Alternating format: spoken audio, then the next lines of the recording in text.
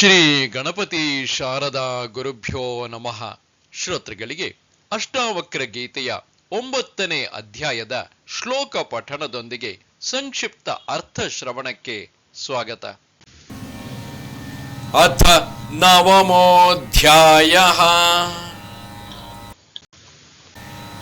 ಕೃತಾಕೃತೆ ಚ ದ್ವಂದ್ವಾನಿ ಕದಾ ಶಾಂತಾನಿ ಕಸ್ಯ ವಾ ಏವಂ ಜ್ಞಾತ್ವೇಹ ನಿರ್ವೇದಾದ್ ಭವತ್ಯಾಗ ಪರೋವ್ರತಿ.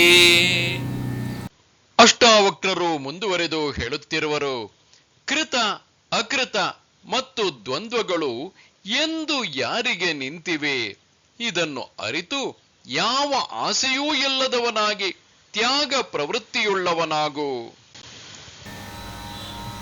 ಕಸ್ಯಾಪಿ ತಾತ ಧನ್ಯಸ್ಯ ಲೋಕಚೇಷ್ಟಾವಲೋಕನಾತ್ ಜೀವಿತೇಚ್ಛಾ ಬುಭುಕ್ಷಾ ಚ ಬುಭುತ್ಸೋಪಶಮಂ ಗತಾಃ. ಬಾಳಬೇಕು, ಅನುಭವಿಸಬೇಕು, ತಿಳಿಯಬೇಕು ಎಂದು ಆಸೆಯನ್ನು ಪ್ರಾಪಂಚಿಕ ರೀತಿ ವ್ಯವಹರಿಸಿ ತೃಪ್ತಿಪಡಿಸಿಕೊಂಡ ಧನ್ಯ ಯಾರಿವನು?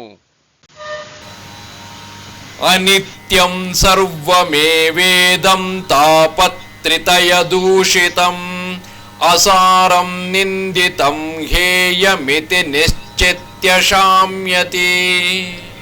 ಇದೆಲ್ಲ ಅನಿತ್ಯ, ತಾಪತ್ರಯದಿಂದ ಕಲುಷಿತವಾಗಿದೆ.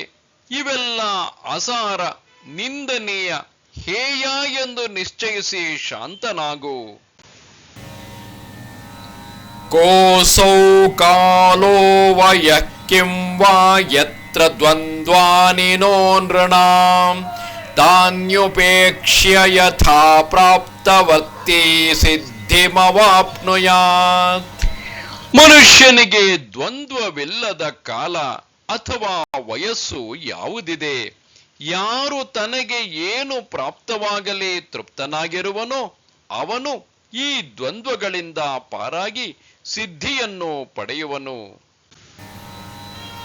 ನಾನಾ ಮತಂ ಮಹರ್ಷೀಣಾಂ ಸಾಧೂನಾಂ ಯೋಗಿನಾಂ ತಥಾ ದೃಷ್ಟ್ವಾ ನಿರ್ವೇದಮಾಪನ್ನಃ ಕೋ ನ ಶಾಮ್ಯತಿ ಮಾನವಃ. ಮಹರ್ಷಿ, ಸಾಧು, ಯೋಗಿಗಳಲ್ಲೇ ಹಲವು ಅಭಿಪ್ರಾಯಗಳಿರುವುದನ್ನು ನೋಡಿ ಅನಾಸಕ್ತಿಯಿಂದ ಮೌನಿಯಾಗದವನು ಯಾರು?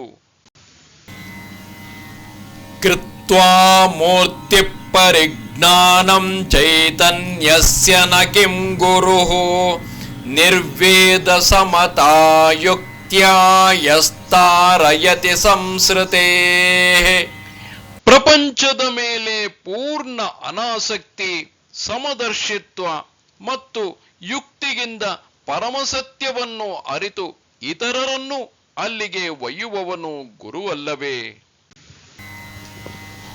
ಪಶ್ಯಂ ಭೂತ ವಿಕಾರಾಂಸ್ತ್ವಂ ಭೂತ ಮಾತ್ರಾನ್ ಯಥಾರ್ಥತಃ ತತ್ಕ್ಷಣಾತ್ ಬಂಧ ನಿರ್ಮುಕ್ತ ಸ್ವರೂಪಸ್ಥೋ ಭವಿಷ್ಯಸಿ.